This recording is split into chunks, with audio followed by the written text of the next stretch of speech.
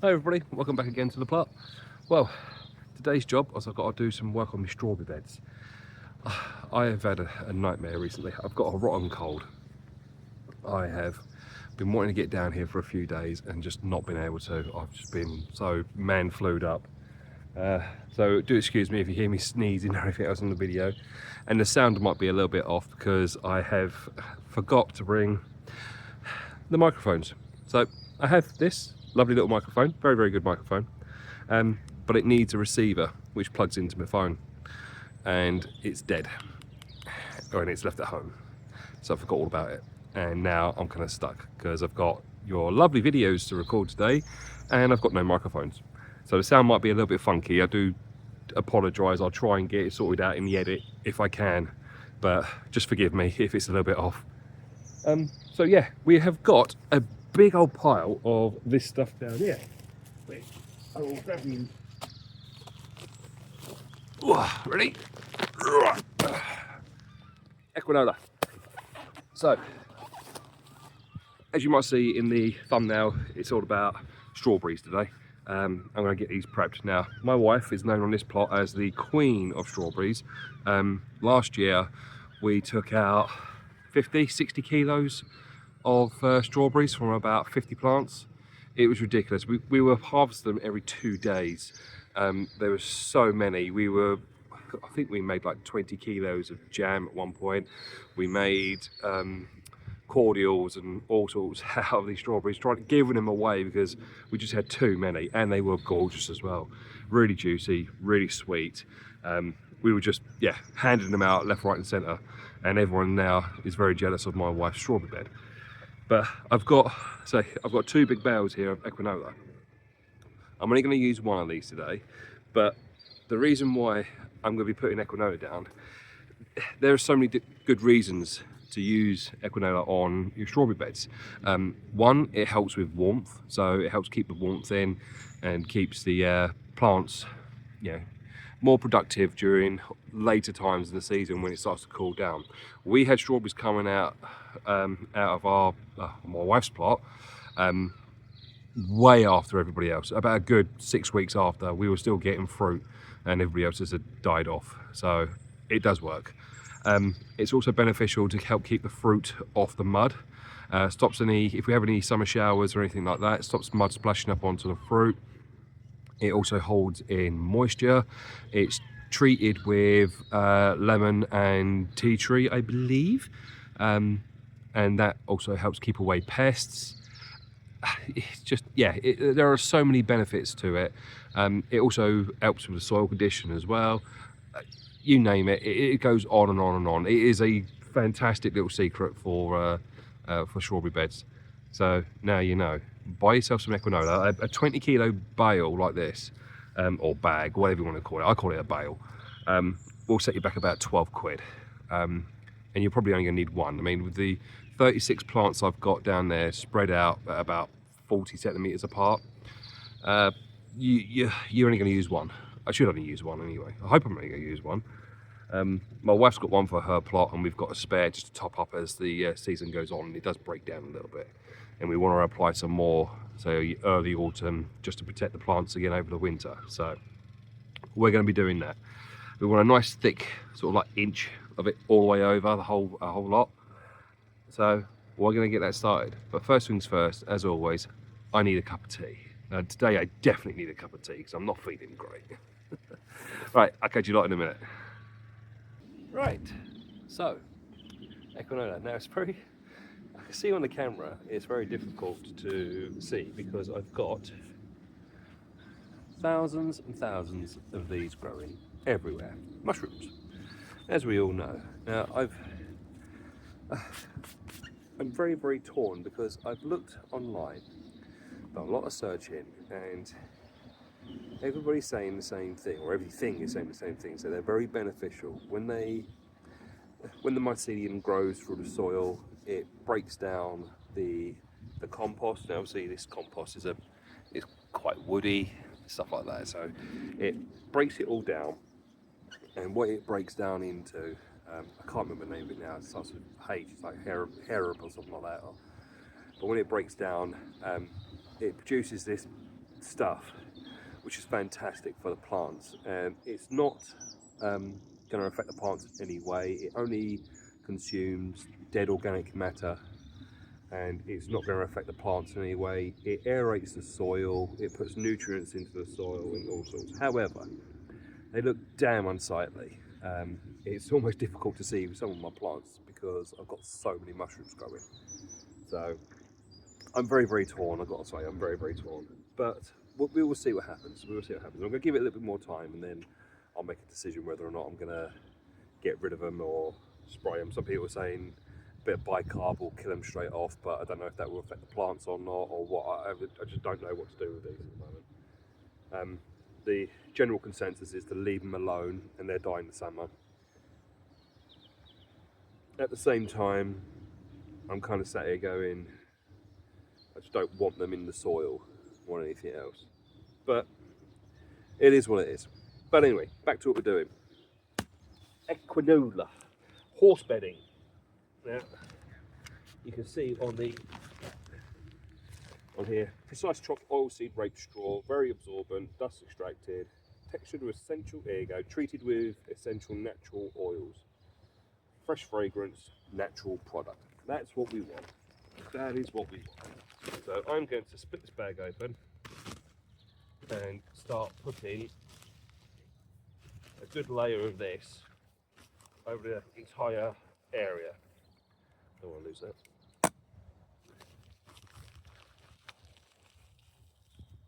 And so you want a good inch of it all over the area where your strawberries are, right up underneath them. You want them to be completely encased with stuff, not covered, but just all around. Pull the leaves up, make sure it's underneath them. So there's so many benefits to this stuff. Stops all the critters getting to them and all sorts. So it should be a big benefit. Well, it's no should, it is a big benefit to them. And don't forget, obviously, when your plants at one point, so your plants here, you're going to want sort of like, good 30 centimeters away from the plant to be covered at the edge of your bed, because they will grow, and you're going to get things trying to get up to them. Now, it ain't going to stop badgers and foxes and stuff like that, but it will help stop slugs, because they can't go over this stuff, they hate it. Wow, it's really packed in. And this stuff isn't expensive. It's about 10-12 quid a bag of it. Bale, bag, whatever. It's not dear at all. So we're going to put a good layer on. Once I start breaking it up a bit, it should come out a bit easier.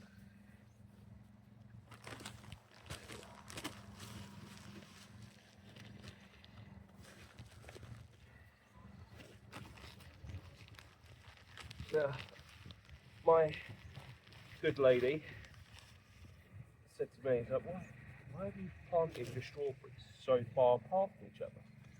And there was a reason for it. Runners. Each time when these run, because these are last year's runners that I took off my wife's plot. Now each time these run, I'm going to bring those runners back in line with the ones I've put in here already. Some I'll just nip off and either pot those up and give them away, or replant back in here for the following years. But the runners I'm going to keep in line with the current beds. So I end up with essentially like a little, think of like a boxer's hedge. I'm going to have like a nice thick row of strawberries over the next coming years, and as the mother plants die off, the runners will obviously take hold and they'll start producing. So the idea is, if I do that and I keep it in check, I should have year after year after year of nice, healthy strawberries. And all I've got to do each year is cover them up with this stuff, cover the ground with this stuff, and water them. And that's where the irrigation system comes in. Key to good strawberries: Equinox straw and water. Lots and lots and lots of water. You're not going to get big juicy strawberries unless you water them. In fact, I know of somebody on here that doesn't water anywhere near as much as they should. And their strawberries last year, well, they looked like wild strawberries. They were tiny, absolutely minuscule. And it was like, they were saying, how's your strawberries are so nice? How come they're so good and so big and everything else? So, well, we came down here every other day and watered them within an inch of their lives, because you need to. It's a big berry fruit. You're gonna have to put a lot of water in them. But anyway, I'm gonna stop the gas in and keep breaking this stuff out.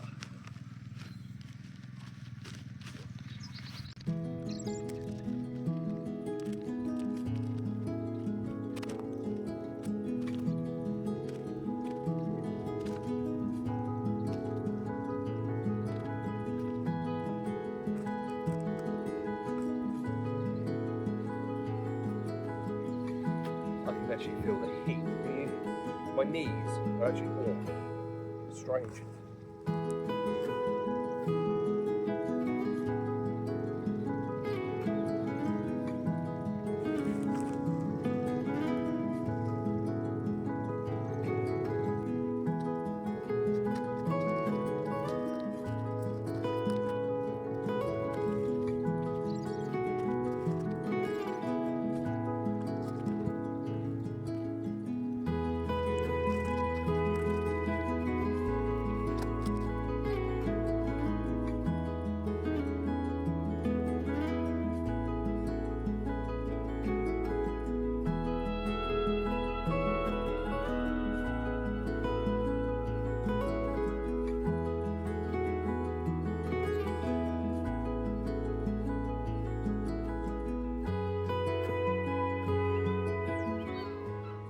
Have it. Look at that. That's all you need is a good inch thick pile of Equinola. Any little spots that are a bit thin, this fine. Won't do no harm whatsoever. But I've got my knee rested on this, and I can already feel the warmth coming through. So this should give them a bit of a kick start as well. Keep those roots nice and warm, and it will start producing and making them grow a lot faster. One thing I do need to do is water them. So, hello, have a look at this soil. Saying that, no, you know what? No, I don't need to do that. The soil itself is nice and wet, so I'm not going to bother. Don't need to. This might draw out a bit of moisture, and you might lose some if it's a windy day, or you have winds due. You might lose a little bit, but not a huge amount. Just a little bit. But yeah, there you go.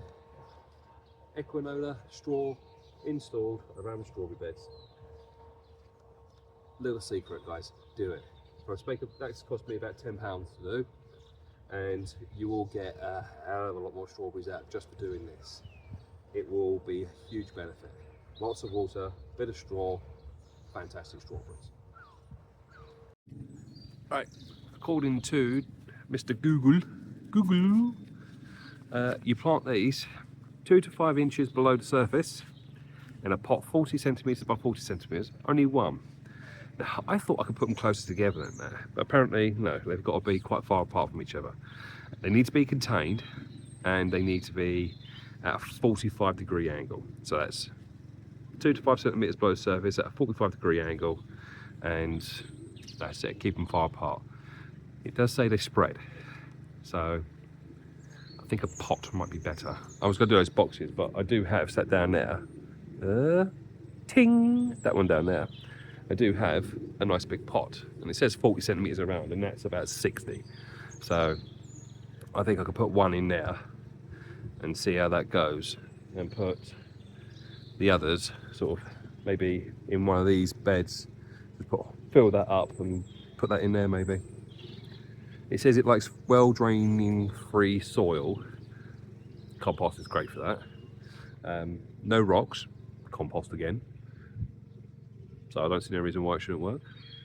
I hope. We'll do that. Horseradish is going in that bed, I think.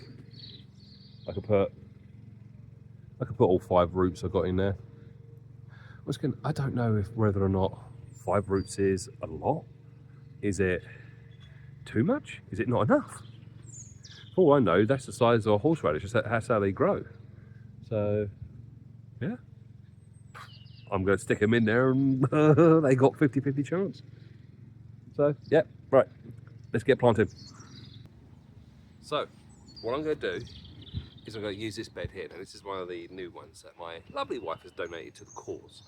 So, what I'm going to do is use this, build it up a little bit higher, so I've got a bit of depth, and I'm going to plant 1, 2, 3, 4, 5. They're about 40 centimetres or so away from each other, and they're contained. It should be about 40 centimetres deep, so it should be enough. Hopefully they won't go under and sprout up from the other side. Hopefully. So I'm going to start screwing this all together, and yeah, I'll catch you guys in a minute.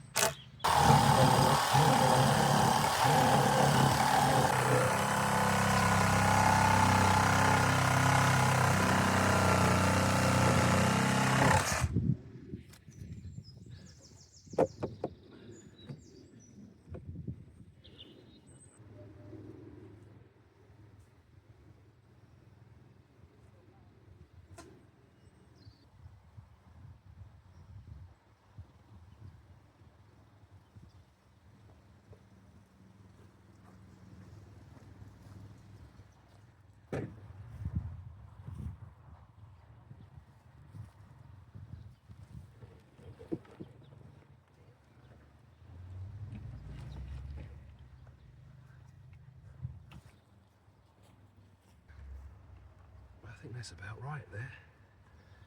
We're about 5 centimetres or so from the top. Yeah, so equal pressure pushing out on all 4 sides. Once the soil compacts a little bit and puts itself where it wants to be, it shouldn't move anywhere. I'm not concerned about it. But yeah, here we go. Let's get these roots in. Apparently I've been saying something wrong. So I have been calling it echinaceous soil. Apparently it's acacious soil. So yeah, sorry, I've been getting it wrong.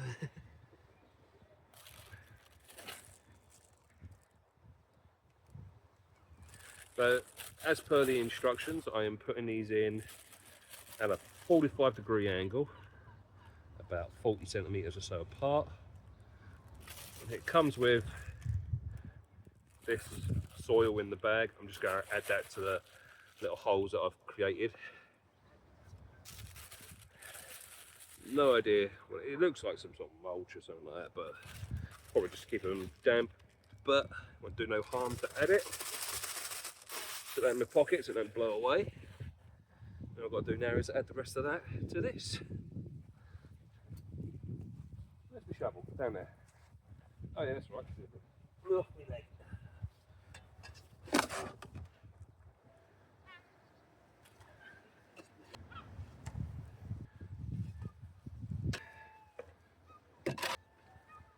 think that should do it.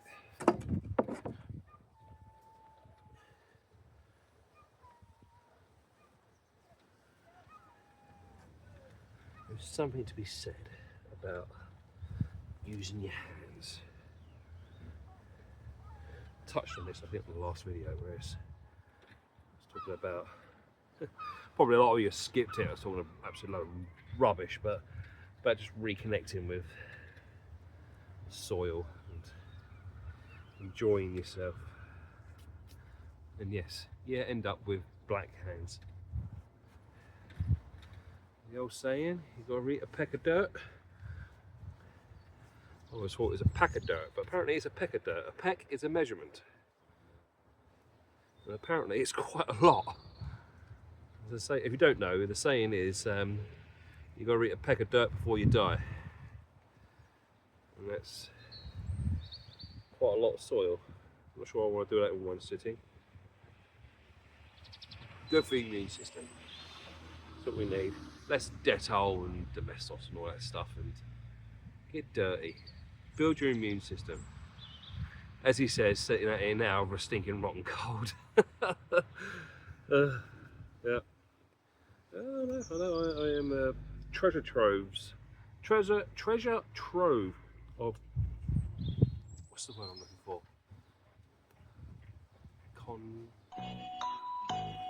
Treasure trove of, my brain is gone completely blank.